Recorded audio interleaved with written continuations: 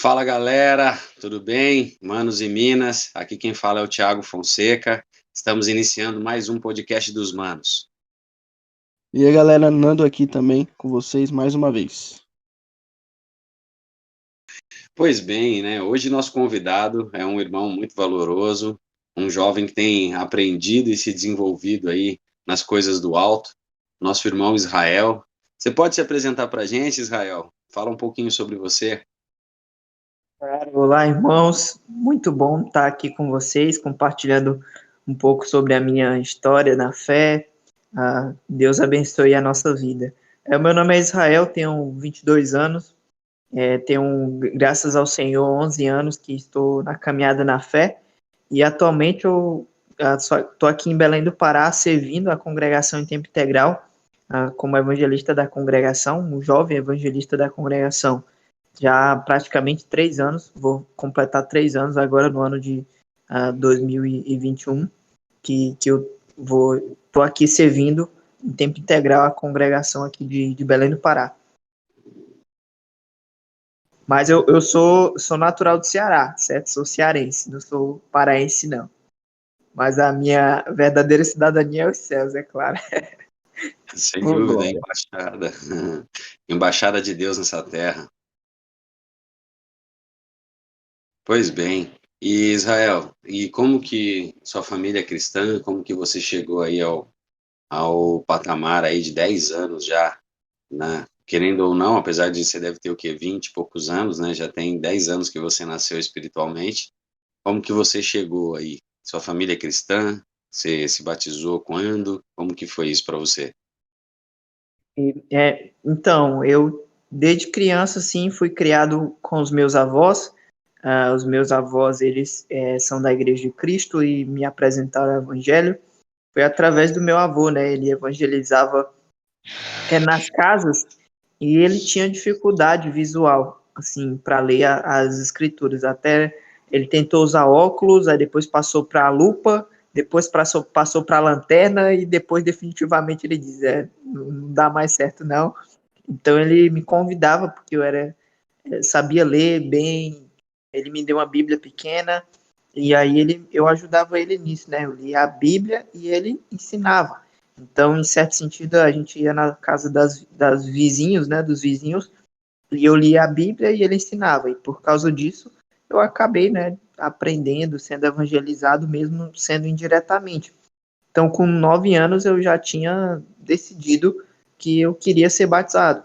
Só que ele pediu para um pouco mais de tempo para eu processar acerca disso, né? Porque ele estava meio com medo, assim, com receio de que fosse uma decisão de um menino de 9 anos, né? Um menino que não tinha consciência, nem sabia bem das coisas. Então, 2 anos depois, quando eu já tinha 11 anos, aí eu fui batizado, graças a Deus. E por causa dele, né? Por causa do exemplo dele e da forma como ele fez, me convidando, e eu apenas lendo as escrituras, eu fui evangelizado com 9 anos e com 11 anos eu fui batizado e foi graças aos meus avós, que são os meus pais.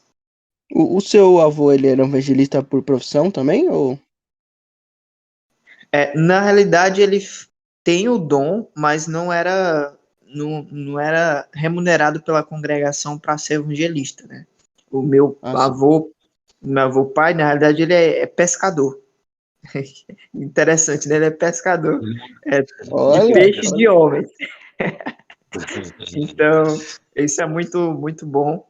É, assim, naturalmente, quando eu leio assim as escrituras e vejo, né, Jesus chamando vocês vão ser pescador de homens, eu lembro assim do meu pai, né? Ele sempre falava isso, né? Que ele era pescador de peixes e de homens, né? Então é bem interessante essa analogia, essa comparação que ele fazia. Ele não era remunerado pela congregação, mas ele se esforçava tanto quanto alguém que fosse, né? E isso, assim, até hoje me constrange o seu exemplo, né? Me incomoda o seu exemplo de forma positiva, porque ele, tipo, como eu falei, né? Ele tinha dificuldade e limitação na visão de enxergar as escrituras para poder ler, mas isso não impediu dele de ele compartilhar o evangelho, né? Chamou um filho para compartilhar, para ajudar, né? E também Isso me ajuda e me motiva muito, né, a continuar na fé. O exemplo que ele tem, que ele me deu para mim desde criança. Então, isso é muito valioso para mim. E também, né, como eu falei, mesmo ele não sendo remunerado pela congregação, ele, sim, se esforçou muito e essa era a vida dele, trabalhar pescando e trabalhar no reino. E eram as duas coisas. Ele chegava, às vezes, da pescaria muito cansado e ia, né, tomava um banho, se arrumava e ia evangelizar. Então, isso foi um grande exemplo para mim. Ele mesmo cansado, mesmo numa situação assim, que algum homem poderia chegar em casa e dizer, eu vou estar aqui num sofá, na cama e descansar. Ele tinha todo o prazer de passar mais 1, 2 horas ensinando a Bíblia para alguém e visitando alguém para compartilhar o evangelho. Isso, até hoje, tem sido um grande exemplo para mim. E isso basicamente foi o que te influenciou, né? A você ir pro AME, participar do projeto missionário e hoje está trabalhando como evangelista, né?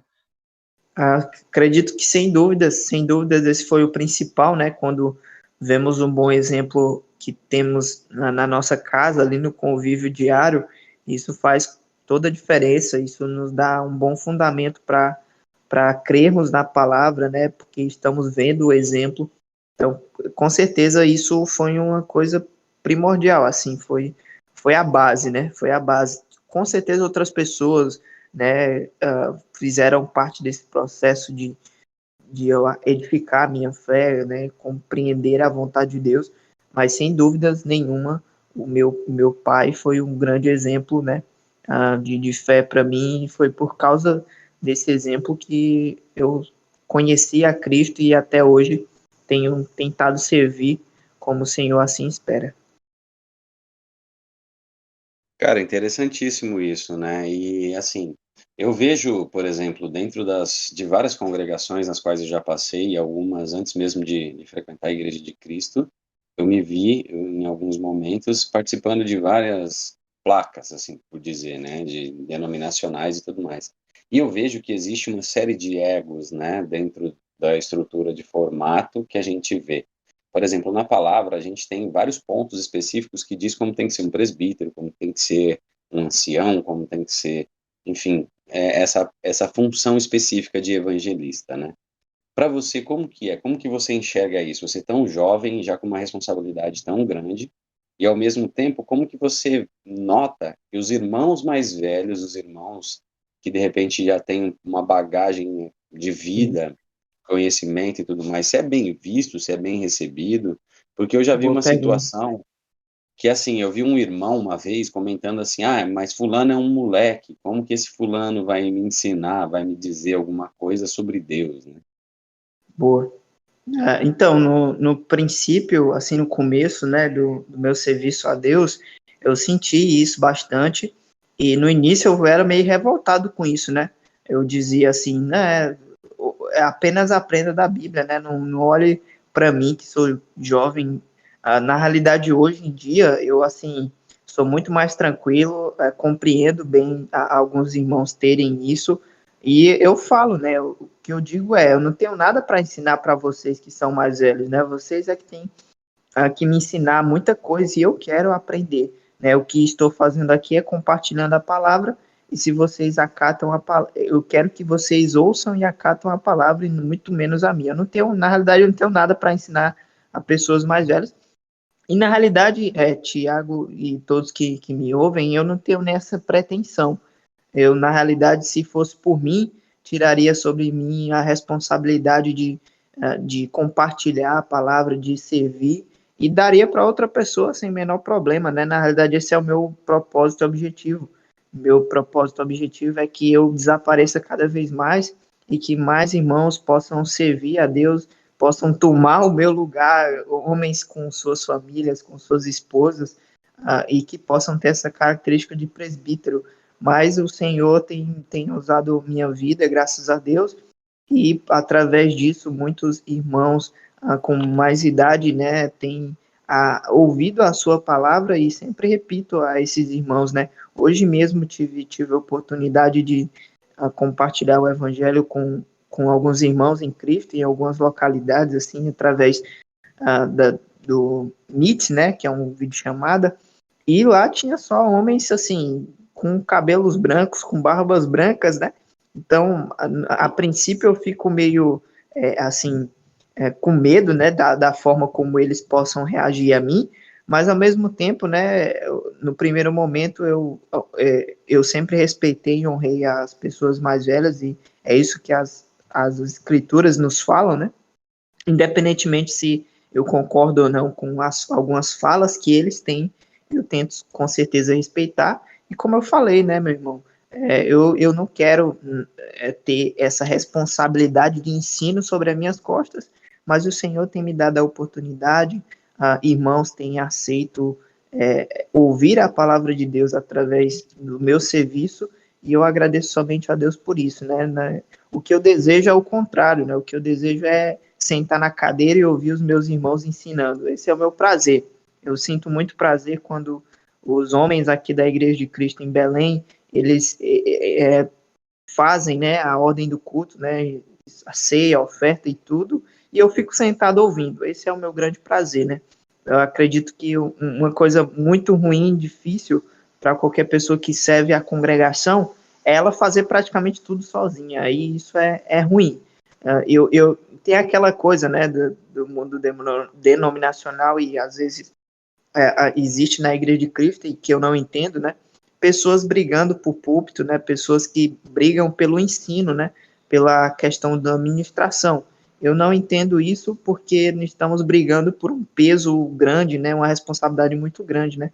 As escrituras nos falam, né? Aqueles que ensinam vão ser, de certo sentido, né?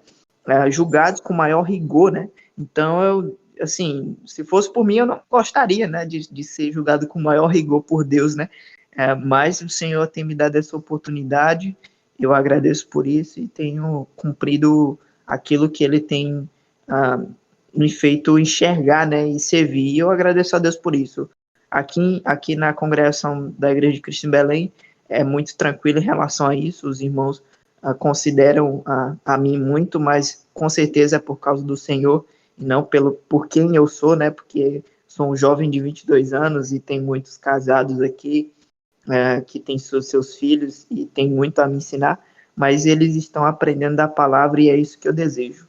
Eu desejo poder um dia, quando sair daqui de Belém do Pará, se assim o Senhor desejar, se assim o Senhor permitir, eles não lembrem de mim, né? Eles lembram da palavra que foi anunciada, eles possam lembrar dos ensinamentos que de alguma forma eu passei através das escrituras e através do exemplo de alguma forma eu tenha dado. Eu não desejo ser lembrado, eu desejo que a palavra seja lembrada em seus corações. Isso aí. Isso aí. Isso realmente faz muita diferença, né? Mas ao mesmo tempo, assim, ó, você mencionou que de repente o seu avô, né? De repente não, você deixou bem nítido isso, bem claro. O seu avô foi o seu, digamos assim, o seu pai na fé, né? Você podia falar para a gente um pouquinho de como que foi isso para você e qual era a sua participação nisso?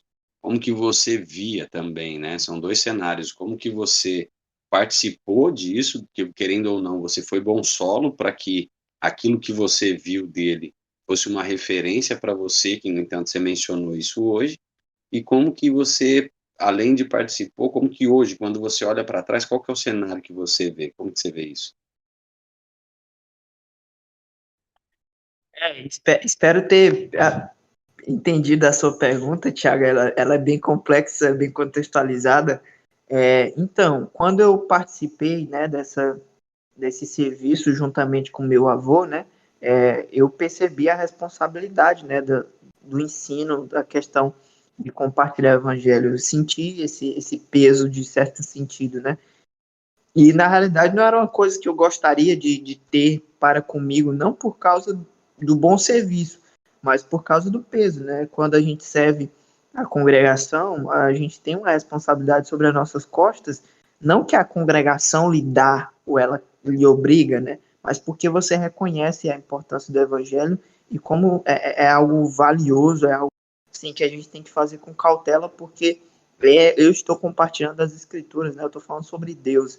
Então isso é perigoso, né, para a nossa fé, para a nossa vida, né, porque se eu faço de forma negligente, se eu faço de forma equivocada, né, com certeza eu serei julgado por isso, e não quero ser julgado por Deus, eu quero ser amado por Deus, eu quero ser perdoado por Deus a cada dia.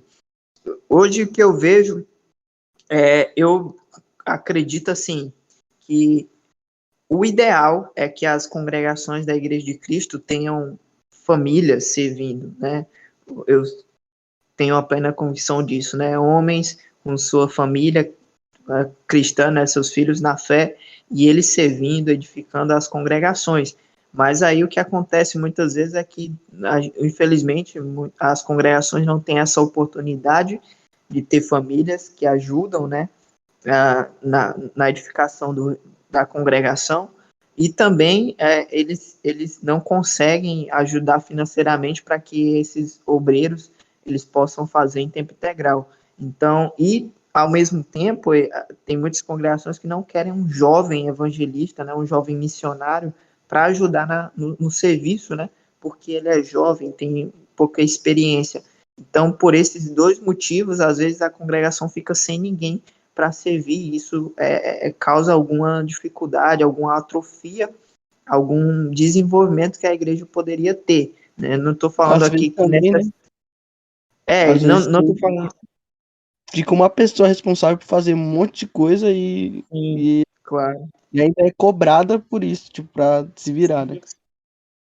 Não estou falando Sim, necessariamente, né, que a congregação é subordinada ou dependente de uma família ou de alguém, na realidade é uma obra do Senhor, mas alguém que possa trabalhar em tempo integral ajuda, direciona o serviço, né?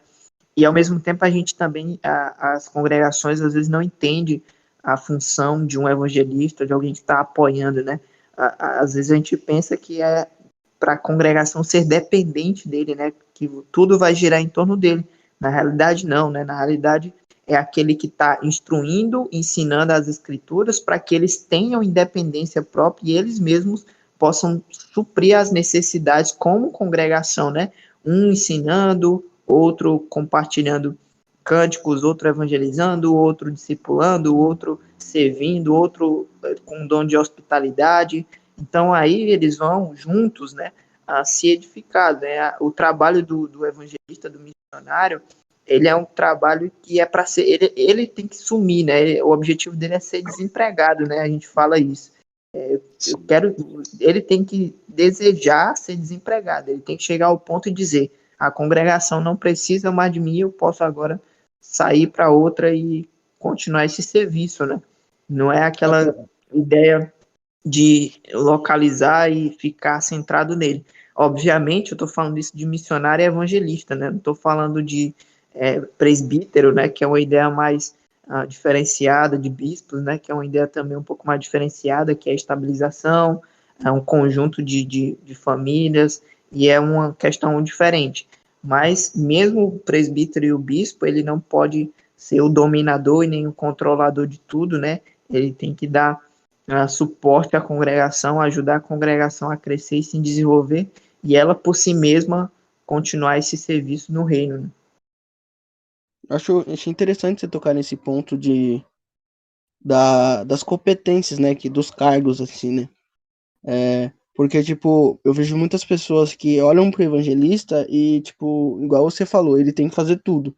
Só que o chamado do ir de pregai é para todos os discípulos, não é só pro evangelista. Tanto que a gente nem Uhum. vê, né, nas escrituras falando, citando um evangelista, né? Mas não, os Então, irmãos. sim, o que eu acredito, Fernando, que os irmãos que nos ouvem é que seja da seguinte forma, né? É um irmão, o evangelista é um irmão que tem um dom, né, natural para aquilo, e ele ajuda a igreja a ter essa visão missionária, né? Ele estimula aos irmãos a terem essa visão. Ele é aquele que dá uma injeção de ânimo nesse sentido, né? E ele vai ajudar a trilhar esse caminho, né? Ele vai como, vou dar analogia, né? Ele vê o campo, né, cheio de grãos para serem colhidos, e ele vai na frente com um facão abrindo o caminho e a congregação entendendo e seguindo ele, sabendo como é que faz o trabalho para que ela mesma possa realizar, né? Ele vai direcionando, vai animando, vai estimulando os irmãos, porque é o dom dele, né? Porque Deus capacitou para que ele pudesse abrir a visão missionária da congregação, né? Assim como o irmão que é de edificação, ele abre a visão nesse sentido, né? De a igreja perceber a importância do discipulado, da conservação da fé. Então é mais ou menos nesse sentido que eu acredito que sejam essas funções de evangelistas, né? Cara, muito interessante, né, esses pontos que você ressaltou, porque uma das coisas que me preocupa é o seguinte: à medida que as pessoas vão, é impressionante, assim, é uma realidade, né? Eu digo isso não só na igreja, mas no mundo como um todo. As pessoas não fazem e quem se assume na responsabilidade de fazer e faz, e principalmente os resultados começam a ser positivos, você começa a ver pessoas buscando situações, problemas, colocando determinadas coisas que não têm o menor sentido, como, por exemplo, em nenhum momento na Bíblia fala que o evangelista tem que ter uma determinada idade, né? Aí a gente vê Paulo, por exemplo, que não foi nem casado, aí se voltou a sua vida inteiramente para o Senhor, né? Então, assim, esses pontos me chamam bastante atenção, né? E uma das coisas que me chamam mais atenção ainda, que eu queria que você comentasse, Israel, como que é essa questão, assim, de atender um chamado. Por que que eu estou te perguntando isso? Porque você aceitou, você fez, por mais que você seja jovem de idade, você aceitou participar e abdicou de coisas que os jovens normalmente não Uhum. estão dispostos a abdicar, Sim, como, por exemplo, de sair, de curtir a vida, de viajar, enfim, de descobrir o mundo. Você sim. preferiu se preparar em relação a Cristo. Então, talvez algumas pessoas que tenham anos de fé não tenham a preparação que você teve. Então, algumas pessoas, por exemplo, a gente vê um cenário que eu vivo, tá? A gente tem aqui uma grande dificuldade com a questão de louvores, né? Todo mundo quer ser pregador, mas ninguém quer ser regente de louvor. As pessoas querem ser cada vez mais aquilo que dá determinada evidência ou que é valorizado pelos outros e, em alguns determinados momentos, deixam de lado aquilo que Deus valoriza, que muitas das vezes seria, por exemplo, a limpeza do prédio, abrir o prédio, fazer a ceia, primeiramente deixando claro que, na minha visão, a ceia talvez seja, talvez não, na minha visão, é o momento mais importante da ordem do culto. Mas você vê irmãos querendo pregar e não querendo fazer a ceia.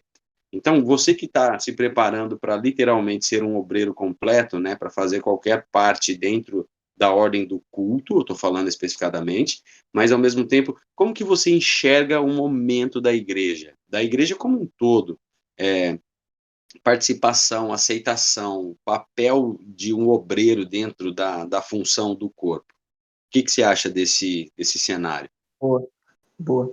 Assim, primeiro falando um pouco sobre mim, né, que você falou o chamado e tudo mais, eu tenho o maior prazer de limpar o prédio, colocar as cadeiras, eu tenho o maior prazer nesses serviços manuais, eu gosto disso, né, assim, particularmente, até hoje eu faço isso, assim, e às vezes eu nem falo a ninguém que fiz, né, mas porque eu gosto, sinceramente eu gosto, e assim, na minha visão, na minha experiência, são esses servos que têm essa disposição de fazer as coisas mais simples e que muitas pessoas não fazem, é que Deus chama para servir com o ensino, sabe? E isso é interessante, eu consigo notar isso em muitos irmãos que têm essa disposição. E eu acredito sinceramente nisso, né? Se você não tem a disposição, vontade de servir nas pequenas coisas, com certeza Deus não vai te dar a responsabilidade de grandes coisas, né? Aquele princípio bíblico bem conhecido por nós, que a gente aplica muito na ceia, né?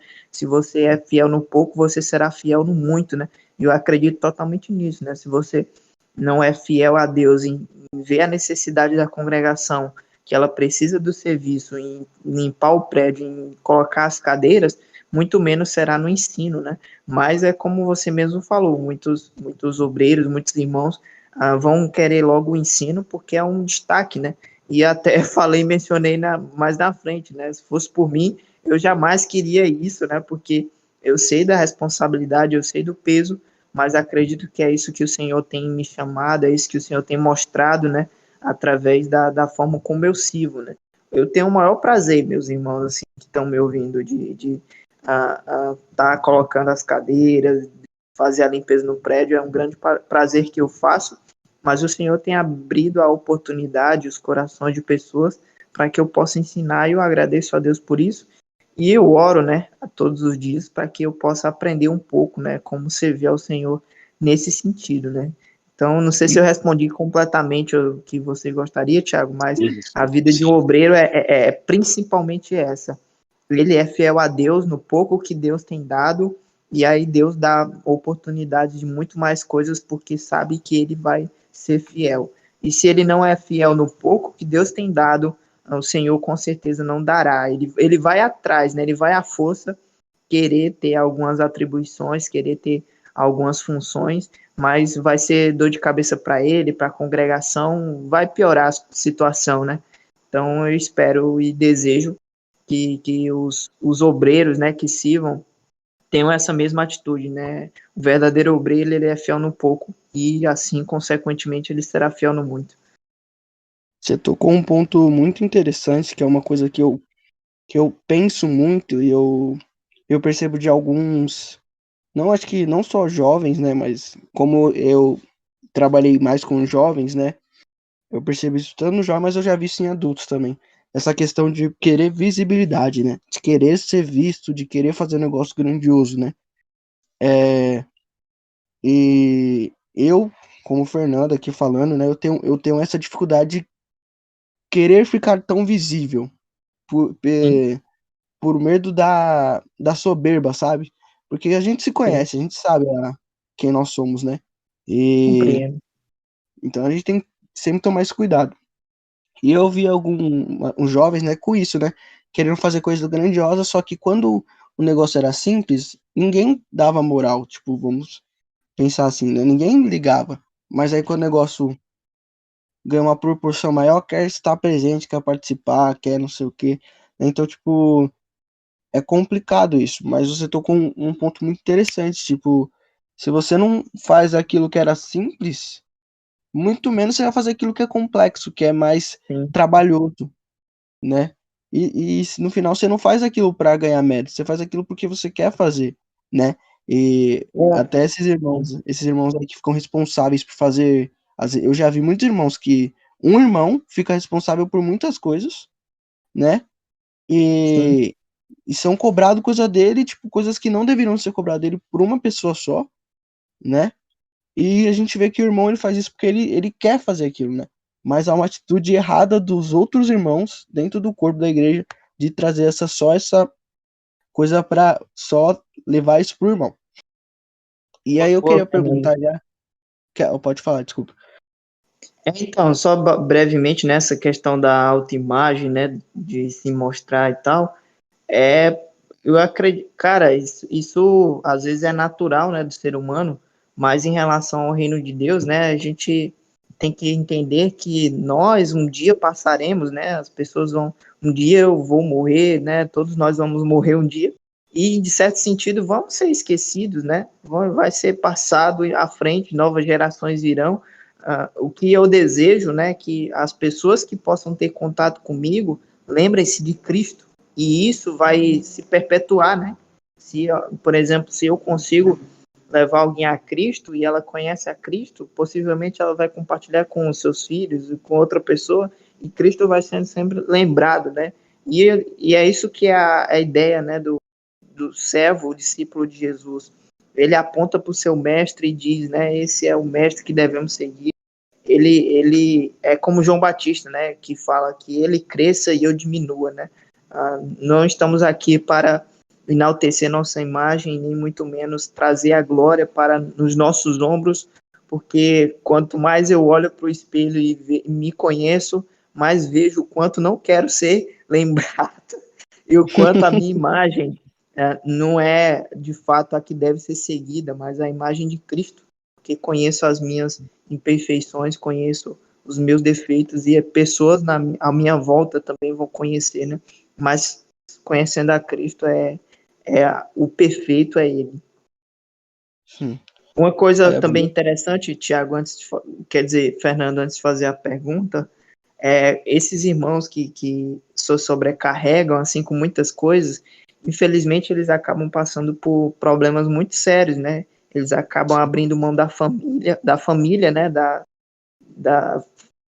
assim, de dar atenção à família em contrapartida ao reino, né, assim, o reino, parece que o reino de Deus, assim, vai trazer prejuízos para a família, né, e eu acredito sinceramente, assim, tem irmãos que discordam, mas eu acredito sinceramente que não é essa a forma como deve ser, né, o reino de Deus não deveria subtrair ou diminuir ou negligenciar a sua própria família, né?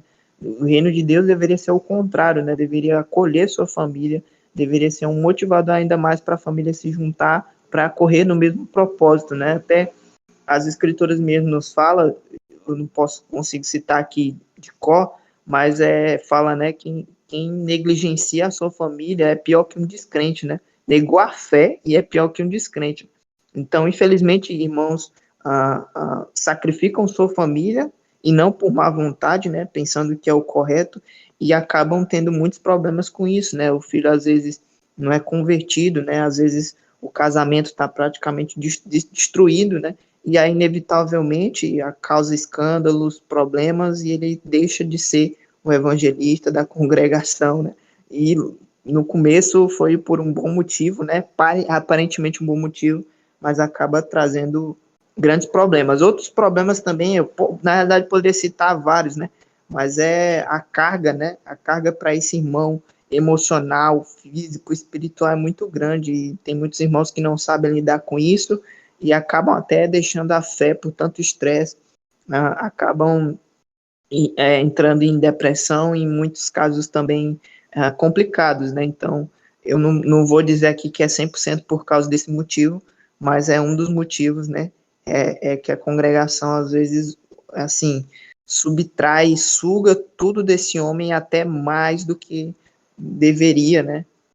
Mas eu espero, assim, que seja uma questão de maturidade para que as congregações possam entender a importância do missionário, do evangelista, ele ter tempo para a família, ele ter tempo para si mesmo e continuar servindo muito bem ao reino, né? Acredito sinceramente que quando ele consegue equilibrar isso, o reino é mais beneficiado ainda, né? Mas quando isso não acontece, tem prejuízos a longo prazo que podem ser irreversíveis. Essa é o que eu acredito, e na realidade eu já visualizei, né? Muitos irmãos têm visualizado isso. Sim. A pergunta que eu queria fazer é referente a isso, porque lá acho que é em 1 Timóteo, capítulo 3, eu acho, que fala sobre os presbíteros, né? Sobre os bispos, Sim, né? As, as qualificações, né? E aí pergunta, né? sim. Aquele que almeja, né? É, eu queria saber se você almeja isso, ser presbítero, né? Que pede para você ser casado. Boa. E aí cita até um ponto que você falou, né? Aquele que não converteu a própria família, como vai convencer a igreja, né? Então, tipo, Sim. é como se ali Paulo tratasse a família como o primeiro corpo que você tem em Cristo. Uhum. Boa pergunta.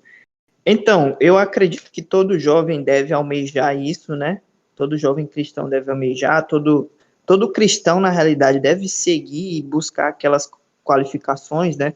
Eu tenho até um livro que ele fala de uma por uma, eles contextualizam bem, explicando, tendo alguns exercícios. Então, de fato, eu almejo, né? Tenho até, às vezes, estudado sobre as qualificações, e acredito que todo cristão deve também almejar.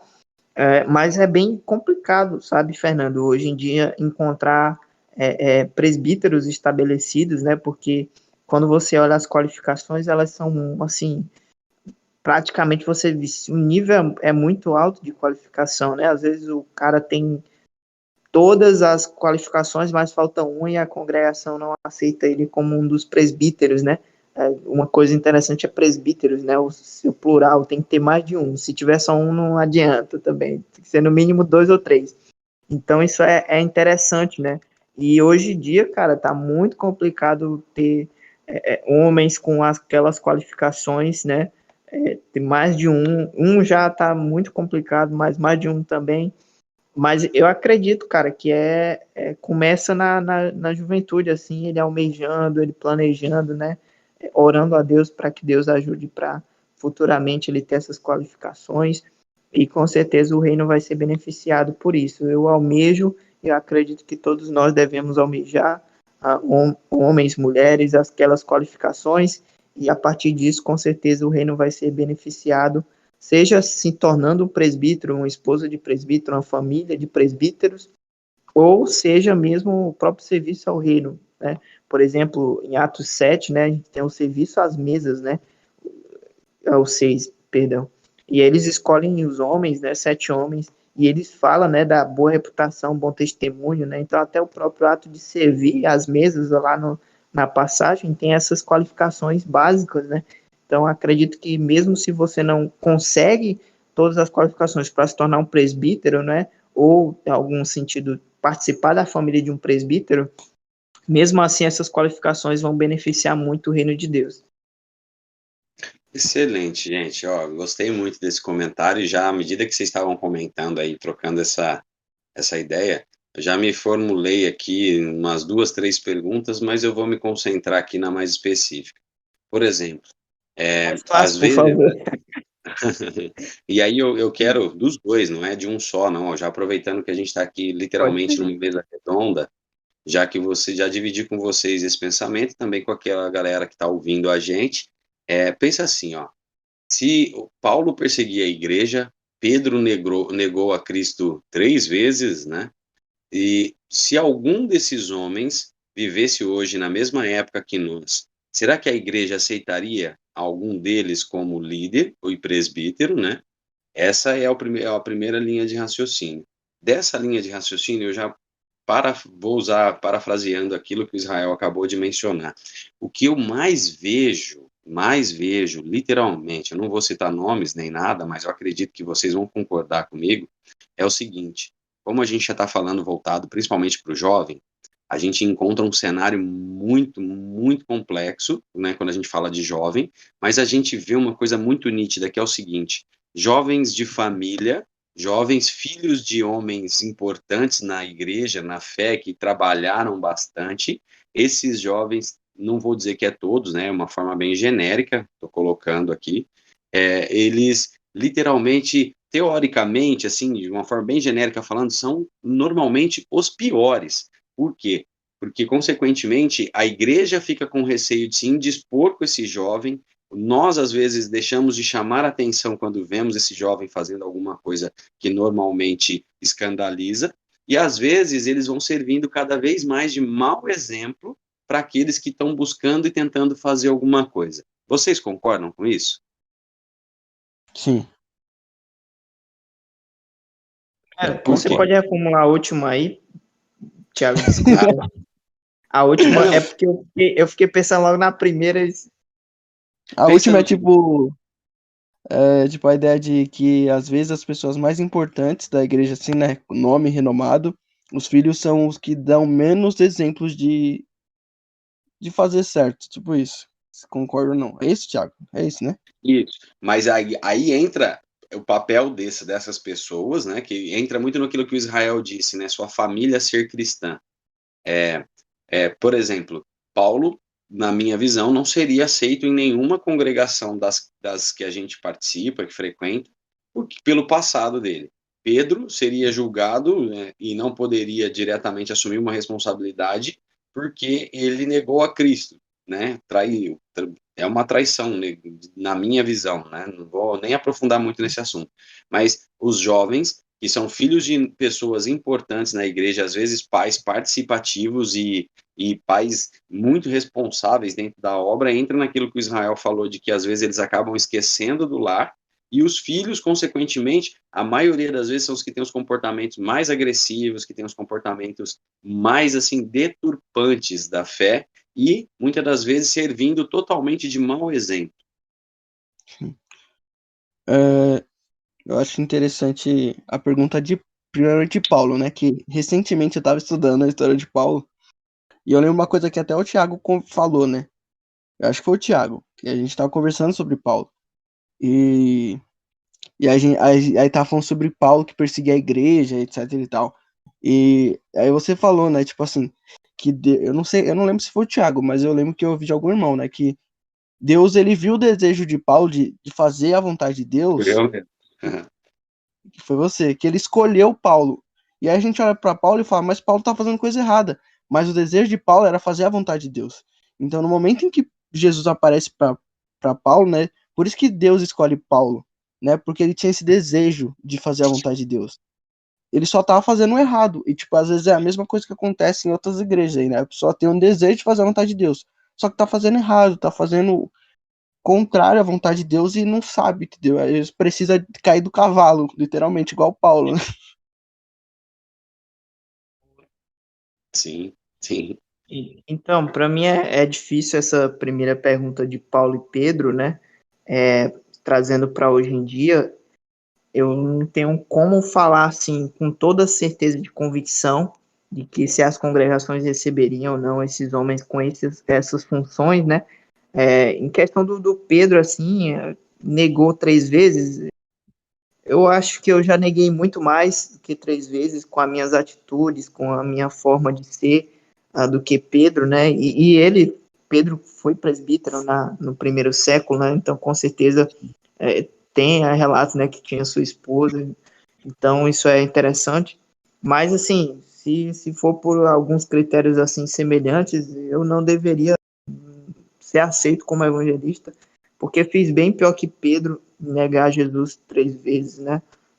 Paulo matou alguns cristãos e se arrependeu e sacrificou a sua própria vida, mostrou de fato esse arrependimento, né? Através do sacrifício vivo do seu corpo, do seu esforço, do seu suor, e os irmãos o aceitaram. Essa demonstração também no início da congregação, lá no primeiro século, a gente vê um pouco assim das congregações esse receio de que Paulo não tinha se convertido de fato, e isso é natural, né? Mas com o passar do tempo, a congregação vendo o esforço, o empenho dele de ensinar, de compartilhar a palavra, cederam, né? Cederam. Até mesmo Pedro, né, também tinha alguns, vamos dizer assim, preconceitos em relação a ensinar o povo gentil, né? E aí tem a sua visão, né? Que o céu se abre, descem animais e ele mata, Deus mata e come, né? E ele, o que eu vou comer? Algo impuro? Jamais, né? Então, isso é natural, assim, eu acredito, das congregações, né? Às vezes a gente tem uma percepção equivocada e Deus vai nos abençoando, nos abrindo os nossos entendimentos, nos tornando mais maduros para processar algumas coisas que antes a gente não compreendia, né? Então, acredito que é bem difícil eu poder dar assim, um decreto assim, confirmado que as congregações não aceitariam esses homens nesses devidos papéis, mas posso dizer que se for por algum desses critérios eu não deveria ser assim, evangelista jovem, não. Mas em relação aos filhos mais perdidos, né, que o Thiago comentou muito bem, eu também reconheço que eu já vi e presenciei, isso não é uma boa coisa, mas uma coisa eu tenho considerado ultimamente, eu até tenho ouvido de um irmão que ele é evangelista e que ele está lutando pela vida espiritual dos filhos, mas está sendo uma luta bem difícil, né? Que assim, ele fez bem, eu vi, né? Eu acompanhei o crescimento dos filhos dele, eu vi o empenho desse homem em ensinar os ensinamentos, os preceitos bíblicos, a ser um bom exemplo na família, com a sua esposa, fazendo todos os dias devocionais com os filhos, e mesmo assim esses filhos não aceitarem o evangelho, não se converterem a Cristo. Aí você me pergunta, por quê? Como isso acontece? É uma boa pergunta que nem eu, nem o meu irmão sabe, né? Mas uma coisa importante, né, que quem convence o coração do homem é o Espírito Santo, né, através da abertura que o homem dá para que esse convertimento venha acontecer, né? Nós não temos o poder de converter as pessoas, né? Nós não somos o protagonista da obra, apenas somos aquele que apresenta o evangelho é que causa transformação se a pessoa estiver decidindo por Cristo, né? Então, eu, assim, depois que presenciei isso, eu entendi um pouco mais. Às vezes, o cara se esforçou muito, fez tudo que pôde para o filho ser cristão, deu um bom exemplo, ensinou a palavra, mas esse filho não aceitou, ele teve a decisão de não aceitar a Cristo, né? E o pai, de forma, acredito que adequada, ele não vai obrigar o filho a aceitar a sua fé, porque ele reconhece que o evangelho não é isso, né? Não é uma coisa obrigada, é uma coisa de livre, espontânea vontade, com uma decisão bem estruturada na sua mente, no seu coração, porque é um compromisso bem sério, né? E ser um discípulo de Jesus de fato, né? E se for por obrigação, eu até acredito que é nem melhor ser cristão, porque vai denegrir mais ainda a imagem do cristianismo, do Senhor, em certo sentido, né? Entre aspas, denegrir. Mas eu acredito nisso. Depois que eu presenciei esse exemplo, né? Eu fiquei refletindo bastante, né? Às vezes tipo, minha mãe batalhou desde que o filho dele nasceu, né? E depois de 30 anos foi que ele aceitou o evangelho, né? Meu pai, como eu falei, meu pai foi um bom exemplo de fé, minha mãe também, mas ele não tinha aceitado, ele seguiu outro caminho, ele experimentou um pouco das amizades do mundo, sempre tentando cortar, tentando limitar, e ele mesmo assim indo atrás. Mas depois de uns 30, 40 anos, ele aceitou o Senhor Jesus Cristo e foi uma bênção de Deus, né? E significa que antes meu pai e minha mãe não ensinavam o evangelho? Sim, ensinavam, mas ele não quis aceitar, né? Então, eu considero isso, Tiago, hoje em dia, sabe? Quando eu vejo um filho um pai e mãe que são bons cristãos na congregação, eu penso que eles estão fazendo, eu espero, né, assim, espero, não conheço todos, mas assim, espero e acredito que eles estão fazendo o seu máximo, se empenhando o máximo, mas no fim das contas, a salvação tem que ser por uma decisão pessoal, por uma decisão bem baseada na fé em Cristo Jesus, na compreensão do evangelho, e que infelizmente alguns filhos de evangelista, de pessoas que são bons exemplos na fé, não aceitam isso, mesmo vendo seu pai ali orando, ensinando, mas eles experimentaram um pouco do mundo, alguns quiseram ter curiosidade para testar e não voltaram mais.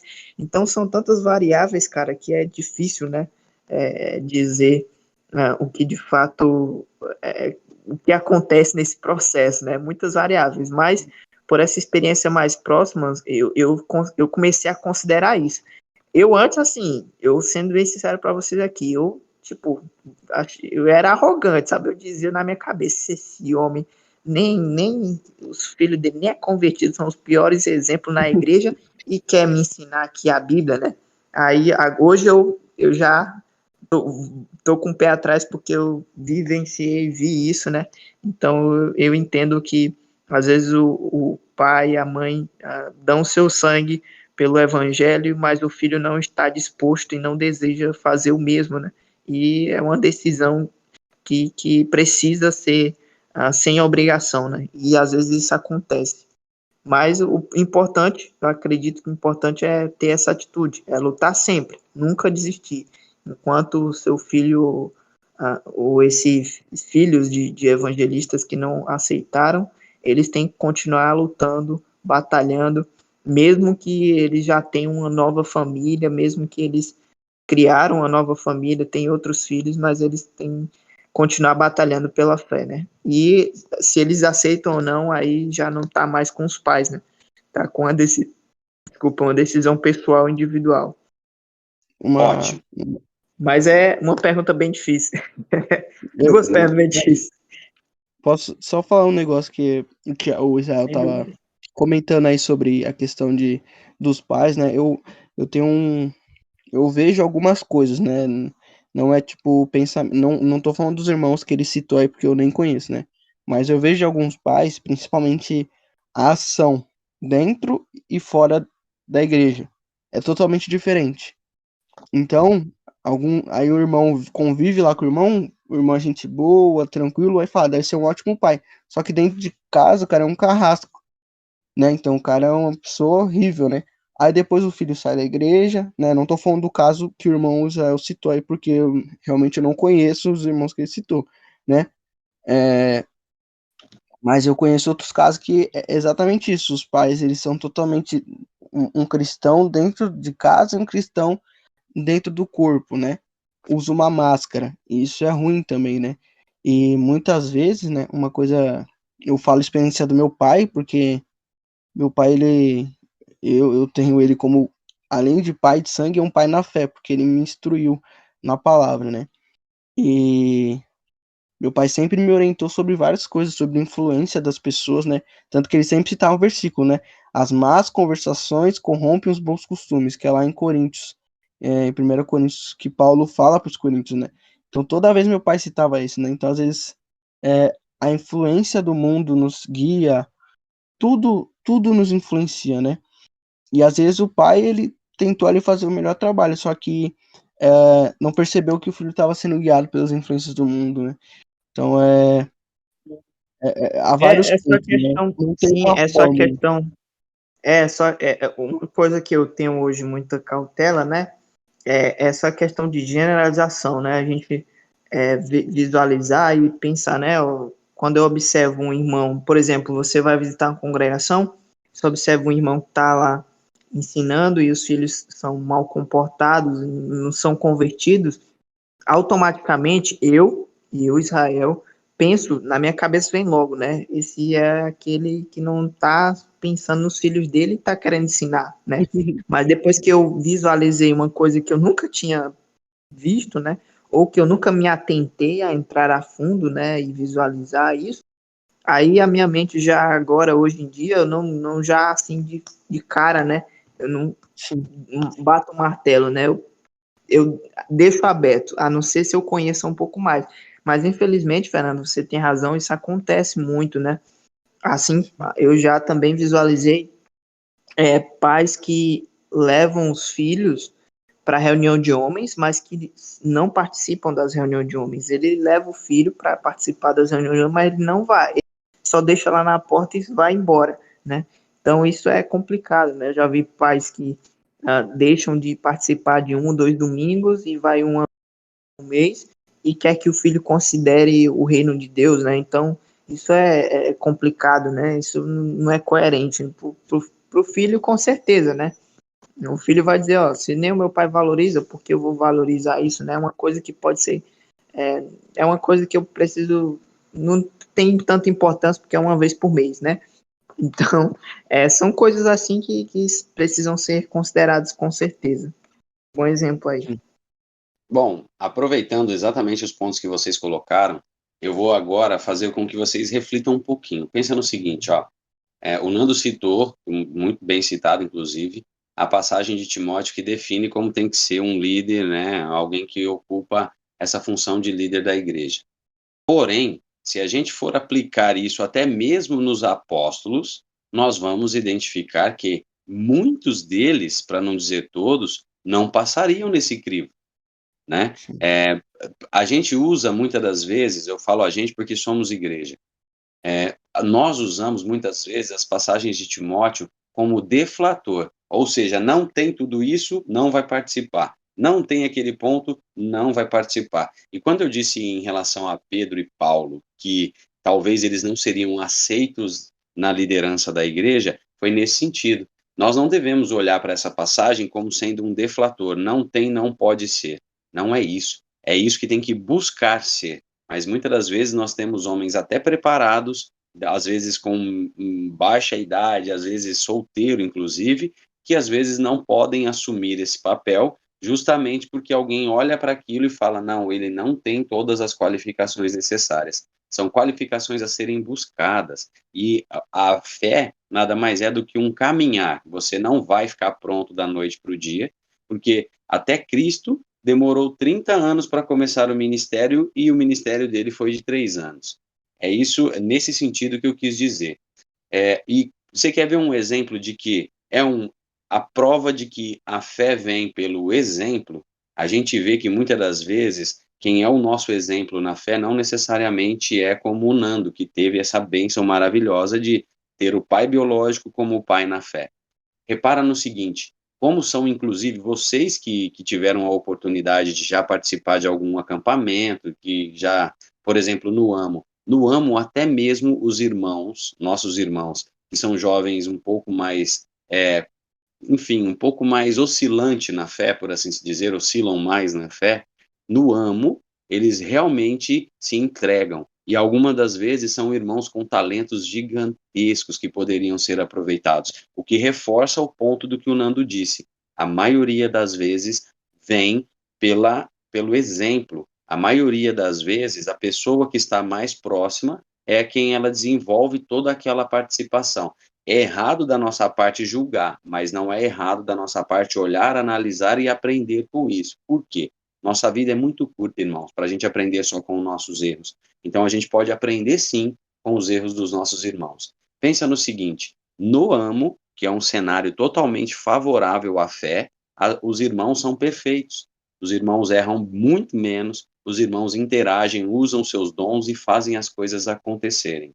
Por que que, de repente, no dia a dia, na vida, é tão difícil? A prova, eu mostro para você, Israel, é você mesmo, meu irmão. Porque você teve um exemplo no qual você se apegou e dele você viveu até hoje. E aí, quando você mencionou do seu pai biológico que teve alguns problemas e de repente acabou até se afastando da fé, o seu avô, que ocupou esse lugar e fez esse papel, te deu o exemplo que você precisava seguir. Chegava cansado da pescaria, tomava banho e ia pregar. É essa a referência que nós temos. Porém, nós, como corpo, todas as vezes que tem um membro doente, nós devemos orar por eles, interagir por eles e tudo mais. Fazer o nosso papel, não é apontar o dedo e tudo mais. Aí o errado seríamos nós. Então, já aproveitando que vocês colocaram comentários tão bons, quando a gente olha para um determinado cenário em que o irmão está, digamos assim, um tanto quanto oscilante, como que você, Israel, você, Fernando, poderia contribuir, tanto no cenário da vida deles, né, quanto principalmente como você pega isso para a sua.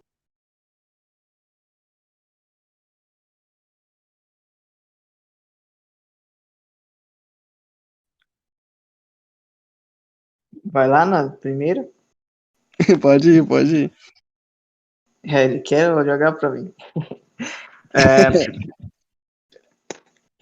Bons comentários aí, tem muita coisa para serem ditas e refletidas sobre esse assunto. Mas respondendo, atendo-se à pergunta do Tiago, né? Como ajudar pessoas, jovens ou irmãos oscilantes, uma coisa que é infelizmente pouco compreendida, né? Que a Jesus Cristo não morreu para a gente ter apenas um lugar para ir no domingo, né? Jesus Cristo não morreu para a gente se encontrar uma vez por semana ou duas vezes por semana ou ter alguns bate-papos pessoais online. Jesus morreu por vidas, né? Ele quer a nossa vida completamente entregue ao Senhor. Então, para cristãos oscilantes, eu acredito que essa seja a primeira compreensão e uma das mais importantes que pode assim mudar assim a vida de alguém, né? Que Jesus, quando ele deu a sua vida, é para que a gente pudesse viver por ele, né? Então, isso significa muito mais do que um acampamento que eu participo, do que um culto de domingo que eu também participo, do que uma reunião no meio de semana. É todo instante, todo momento, vivendo a fé.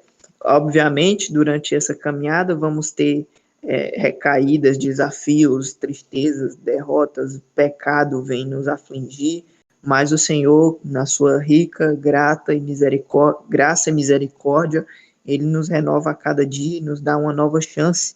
Basta termos a humildade de reconhecer o seu senhorio, pedir perdão pelos nossos pecados e novamente reafirmar o nosso compromisso perante a Ele, perante os nossos irmãos, e tá disposto a de fato abrir mão de algumas coisas para ter essa vida com Cristo, né?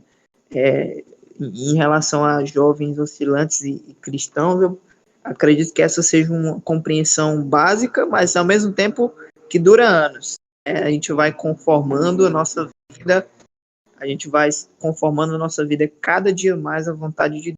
Esse é um processo que leva até a eternidade.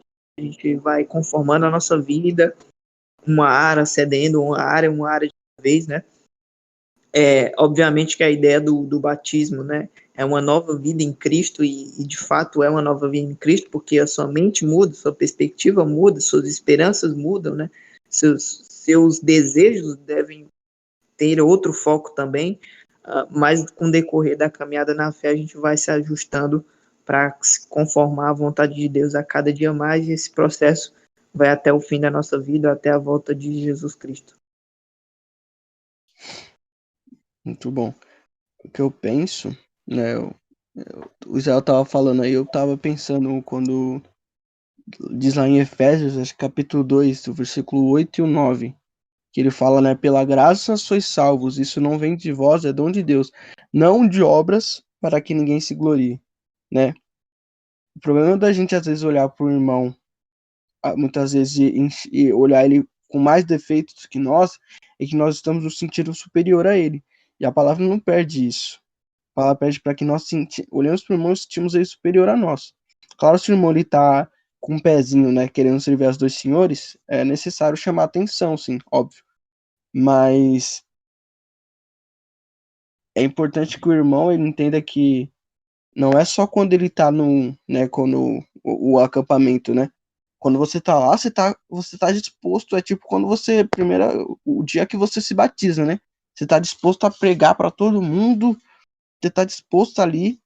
Mas aí, tipo, passa 2 dias, uma semana e muda, né? Tipo, eu vejo isso às vezes da galera, dos jovens que vão no âmbito, né? Estão super dispostos ali a fazer a vontade, mas saindo ali, acabou, né? Então é tipo, não ter só um momento pra sentir a Deus, não só no domingo, mas tipo, todos os dias, né? Você tá com o mesmo sentimento do primeiro amor, né? Do batismo, né? De pregar a palavra, sabendo que não é a boa ação das pessoas que vão salvar ela, mas Cristo. Eu acho que é isso, né? E acho que você acaba olhando com empatia mais para as pessoas, até para o seu irmão, que às vezes tá errando lá, mas ele tá tentando. Sim, sem dúvida.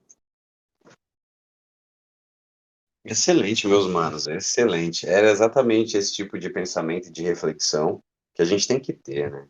A gente tem que ter isso porque, se você for analisar o histórico da igreja no passado, um passado distante, falar de, por exemplo, divórcio, em que situação pode ou não divorciar, era um tabu. Hoje em dia, a gente fala muito sobre inclusão, né? A gente tem um cenário que o mundo literalmente deturpa vários pontos, né, da nossa fé e principalmente das escrituras. Mas a gente precisa começar a se preparar e pensar nessas coisas, né? Mas antes de pensar nas coisas que vão chegar, a gente também tem que olhar para dentro da igreja, olhar para dentro do corpo e tentar primeiro não adoecer. Depois que nós tivermos firmes e fortes o suficiente para não adoecer, aí pensar naquilo que vai chegar e vai entrar pro corpo. Então, nesses pontos, eu realmente estou muito satisfeito, fiquei muito gratificante, né, ter essa discussão positiva e saudável desses pontos, porque são assuntos que normalmente não são falados, a gente não vê falar disso, né? Pois bem, eu estou muito satisfeito, por mim, já está ótimo. Obrigado, inclusive, pela reflexão, pelo pensamento e por cada comentário. Foi muito bom, irmãos. E até a gente. Aí a galera que não. Eu acho que o grupo lá que a gente tem, né? Que tanto eu, o Thiago, Israel, mandamos áudios, a gente até tá quebrando alguns assuntos, né? A gente já tratou sobre assuntos que muitas vezes não seria nem falado. De pornografia, de outras coisas que as pessoas olham e falam, caramba, como assim, né? A gente até muda o título, né? Pra os pais não chegarem no celular do filho e ver aquele título assim, que é isso? Né, mas Isso é verdade. a gente coloca um título mais tranquilo para os pais não chegar, né? E falar, nossa, que meu filho tá num grupo com esse nome, né? Mas E a é da gente aborda. igreja ainda, né? Ainda falar que é da Daí, igreja.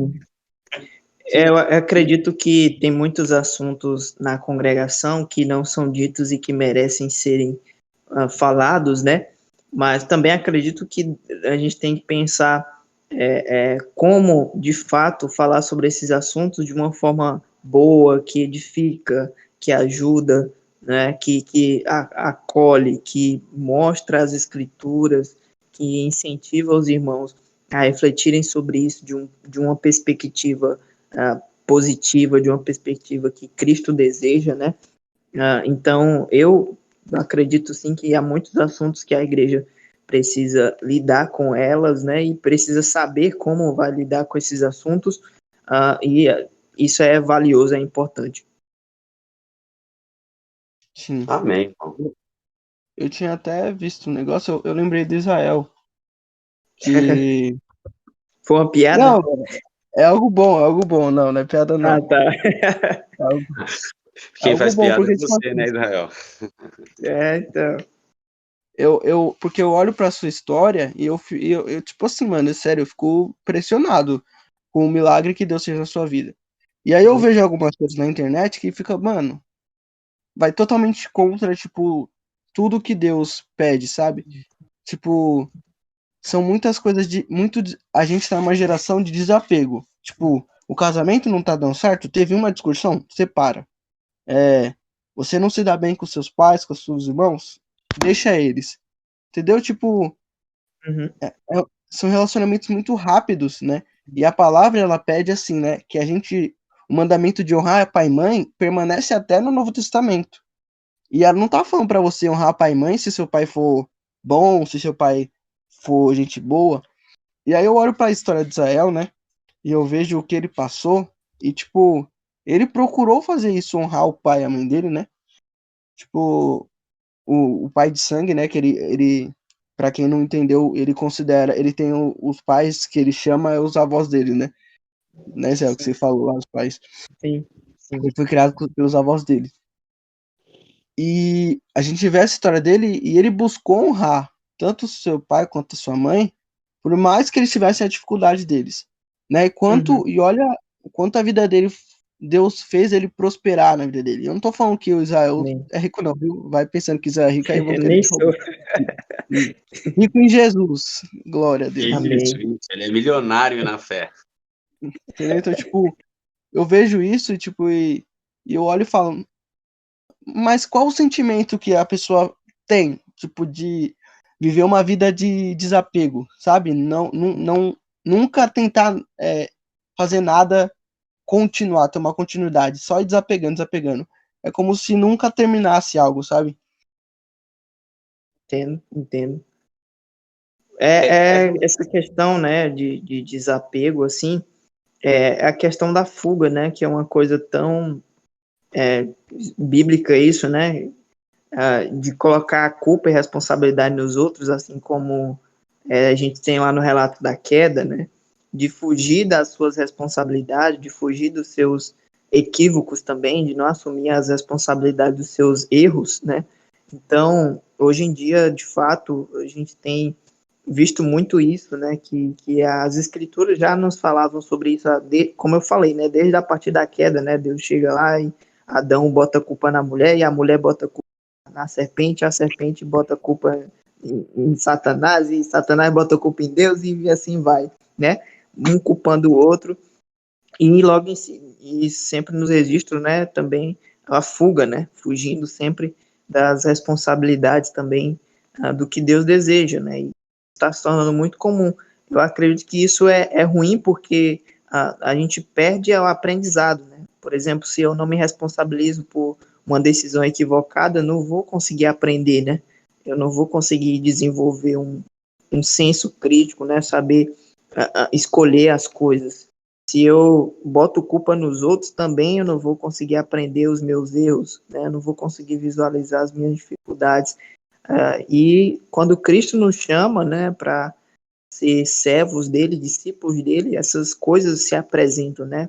Primeiro, a culpa do pecado, né? Todos pecaram e precisam da graça de Deus, né? E em seguida, a responsabilidade, né? Agora que recebemos a graça de Deus, temos uma nova vida agora para trilhar. Então, o reino de Deus, a vida em Cristo é completamente diferente, né? O contraste com a atitude que o mundo está tendo hoje. E a gente deve ter essa atitude. Sim, legal. Perfeito. Eu acho que eu vou fazer agora o bate-volta, né? Bate-volta Pode pra ser. gente ir chegando no final já do podcast. Tem bastante conteúdo aí pra galera refletir. Eu separei algumas perguntas aqui. Eu não sei se eu sei fazer bate-volta. É a primeira Sem tentativa. problema. Se der errado, a Eu culpa é do nunca Israel. fiz também. Pode botar a Beleza? resposta na minha conta. Aí eu peguei algumas palavras aqui. Eu nem sei se essa palavra vai dar certo, mas É aquilo, eu falo uma palavra, ele fala a primeira coisa que É, vem na cabeça dele. são as palavras fáceis, só os critérios fáceis em português, certo? Já ajuda Tá bom. bastante. Se for. Vou mandar um Papi em grego aqui. Vou mandar em grego aqui, tá ligado? E aí é Beleza. difícil. Vou começar com uma fácil. Amor. Deus, Felicidade. servir a Deus. Família. Base, Pai.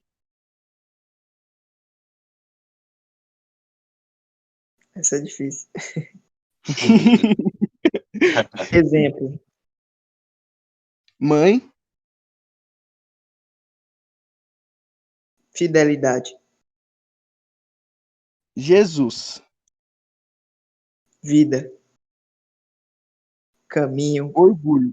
tudo. Olha, você viu a A verdade? verdade. É Orgulho. difícil falar uma palavra sobre Jesus. O Qual Jesus foi é outro? muita coisa pra falar. Orgulho. Grande mal. Esperança. Viva a esperança em Cristo. Empatia.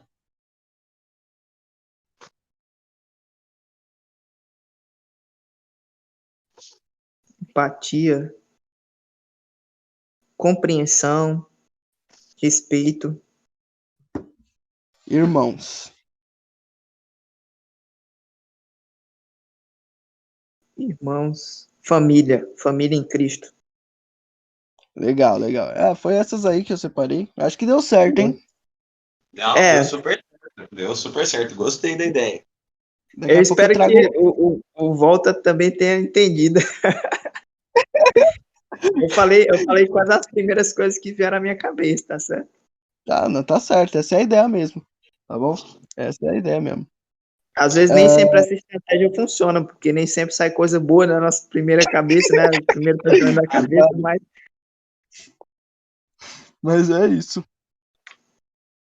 Aí a gente bom, tá. Vamos finalizar então já? Já deu bastante coisa aí. ok, É, e aí deixa um ensinamento aí, um conselho para o ok, pessoal que tá ouvindo.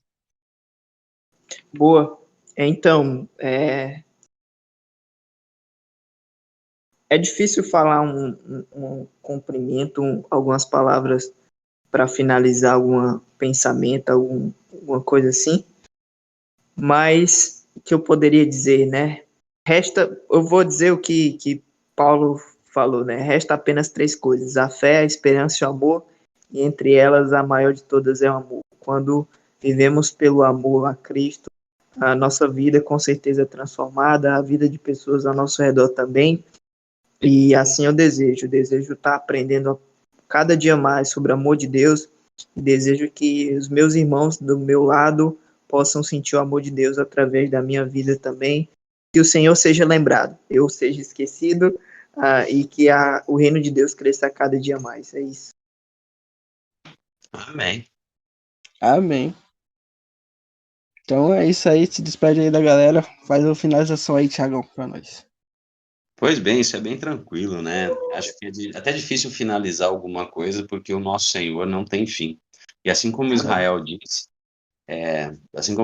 disse e colocou aí muito bem colocado, inclusive, nós aqui somos só instrumentos, somos só placas indicando o caminho. E o caminho só tem um, você pode procurar onde você quiser, que todas as placas vão te dizer. Até mesmo se você perguntar para um demônio, porque quando Cristo esteve diante de um demônio, o demônio perguntou: o que tu quer conosco, filho de Deus? Até os demônios se prostravam a ele. Por que que nós, que ele morreu por nós, não vamos fazer isso?